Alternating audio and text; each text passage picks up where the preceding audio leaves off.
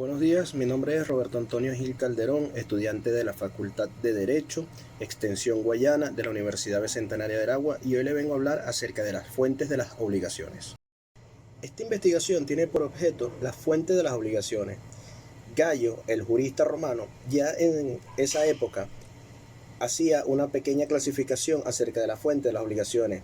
Fuentes de las obligaciones que poco a poco han ido evolucionando a través del derecho francés y el derecho italiano, legislación italiana que ha tenido mucha influencia en el Código Civil venezolano.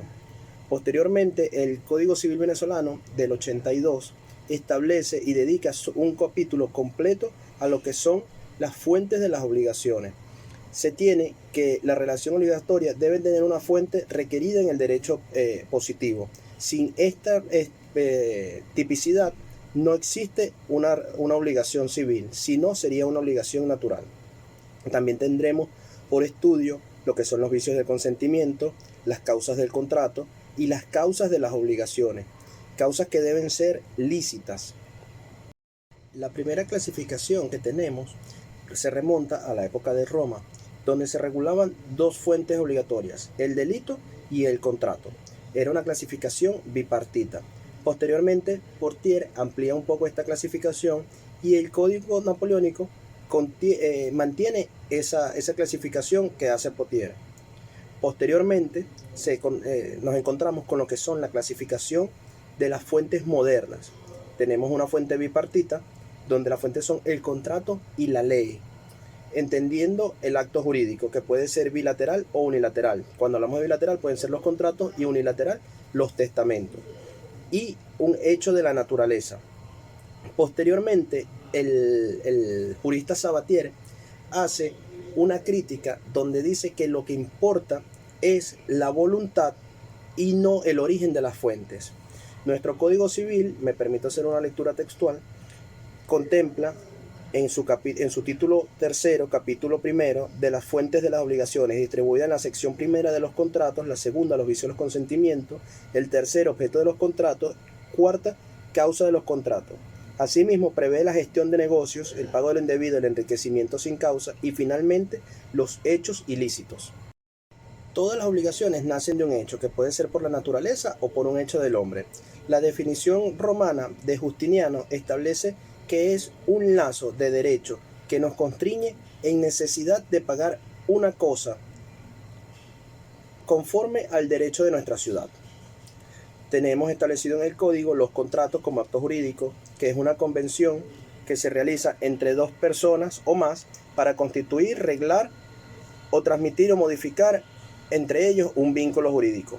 Tenemos el enriquecimiento ilícito, que es aquel enriquecimiento que obtiene una persona sin causa o donde genera el empobrecimiento de una persona. Tenemos las declaraciones unilaterales de la voluntad, donde es un contrato unilateral donde solo de las partes se obliga. Tenemos lo que son la gestión de negocios, que es asumir la responsabilidad o la gestión de un negocio en nombre de un tercero y se debe actuar como un buen padre de familia. Tenemos lo que son los hechos ilícitos, que es el que con intención o por negligencia ha causado un daño a un tercero, queda obligado a repararlo. Y por último tenemos el pago de lo indebido.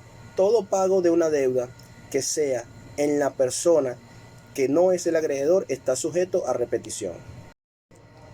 Toda obligación o toda persona al obligarse debe dar su consentimiento, un consentimiento que tiene que ser de forma expresa y voluntaria, sin incurrir en los vicios del consentimiento, vicios que pueden ser el error, y el error abarca lo que es el dolo. El dolo es la voluntad deliberada de cometer un delito a sabiendas de su ilicitud. Pero el dolo tiene una doble figura. Tenemos lo que es el dolus bonus, que es cuando se exageran las cualidades de una cosa. El caso de un vehículo donde se le dan unas cualidades o se exagera. Podemos hablar del caso de un caballo donde se vende un caballo alegando que es un caballo de carreras cuando es un caballo que simplemente es para el trabajo, no posee esas cualidades de un caballo amaestrado para las carreras. Y tenemos lo que es el dolus malo, es el delito cuando la persona tiene la intención de que la otra persona incurra en el error, o tenemos también lo que es la violencia.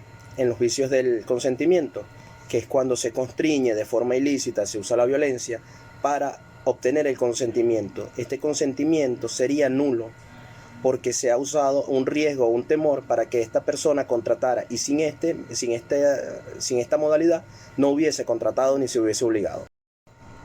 La capacidad de las partes. Las partes deben tener capacidad jurídica, legal o de goce para comprometerse. Es imposible que una persona carezca por completo de esta capacidad jurídica, legal o de goce. Tenemos que la capacidad es la regla y la incapacidad es la excepción. Y todas las incapacidades se encuentran reguladas por el legislador. En cuanto al objeto y la causa de la obligación, que está contemplada en el Código Civil de los artículos 1155 al 1158, ambos inclusive, el objeto y causa de la obligación del contrato. El objeto es la prestación que se promete o se ofrece cumplir, bien sea entregar, dar o realizar una prestación, que esta puede ser de hacer o no hacer. Cuando hablamos de no hacer es abstenerse de realizar una actividad. Tenemos que la causa del contrato son los motivos que llevan a las partes a contratar. Estos son psicológicos e individuales. Y tenemos la causa de la obligación, que se encuentra aislada de la personalidad del contratante, que se vuelve abstracta. Luego tenemos una clasificación de las obligaciones que se hace en las actividades, que pueden ser por su objeto. Ellas pueden ser positivas o negativas. Las positivas son las obligaciones de dar o de hacer, las negativas son las de no hacer o de abstenerse. Tenemos que existen las obligaciones de dar, implican la transferencia de un dominio. Las obligaciones de hacer implican el realizar una actividad, y las de no hacer implican abstenerse. Generalmente estas son para evitar causar un daño a un tercero. Un ejemplo puede ser cuando se evita una construcción para no causar perjuicio a otra persona. Y posteriormente tenemos las que están sujetas a modalidades. Pueden ser puras y simples, pueden ser con obligaciones con modalidad de término, pueden ser suspensivas, extintivas, resolutorias, con pluralidad de sujetos, pueden ser conjuntas, pueden ser solidarias, y las obligaciones naturales. Las obligaciones de dar son genéricas, simplemente basta con entregar la cosa, pero existen las obligaciones de dar cosas ciertas, y esta es cuando se encuentran determinadas específicamente. Después tenemos las obligaciones de dar cosas inciertas, no fungibles, que recaen sobre cosas que no son equivalentes entre sí. Las obligaciones de dar cosas fungibles, que son aquellas donde el deudor se compromete en entregar una cosa de la misma naturaleza o su equivalente en especie. Tenemos las obligaciones de dar sumas de dinero. Estas también surgieron como una solución para reparar lo que es el incumplimiento y los daños que pudieran generarse por esto. Y tenemos las obligaciones a término, que dependen de un acontecimiento futuro y cierto, que se sabe cuándo, no se sabe cuándo pasará, pero se sabe que ocurrirá, como es el caso de la muerte. El Código Civil venezolano, en su artículo 1211, plantea que las obligaciones a término no se suspenden, sino que fija el momento en que se ejecutará esta obligación. El Código Civil establece su clasificación de la siguiente manera. Plantea las obligaciones condicionales, que son aquellas que se basan en un hecho futuro e incierto, y de estas dependerá su existencia, en la que comprende la suspensiva, en la que la obligación no produce efectos hasta que se realice esta condición, y la resolutoria, que en caso de no cumplirse o de cumplirse esta condición, queda sin efecto la obligación. Tenemos las obligaciones a término, en las que se fija el momento de la ejecución, en las que si no hay un plazo establecido deberán cumplirse inmediatamente las obligaciones. Esa es la regla, y la excepción es la obligación a término. Tenemos las obligaciones alternativas, en las que el deudor puede librarse entregando de otro objeto, otra cosa, que pueda suplir la obligación principal. Es decir, estoy obligado a entregar 100 ovejas, pero puedo librarme de la obligación entregando 50 vacas. Esto debe estar debidamente acordado en el contrato. Después tenemos lo que son las obligaciones solidarias, que es cuando varios deudores se constriñen frente a un deudor y están obligados en una misma cosa. Y uno de los deudores puede ser obligado al pago total de la deuda en beneficio del acreedor y luego reclamarle a los demás acreedores.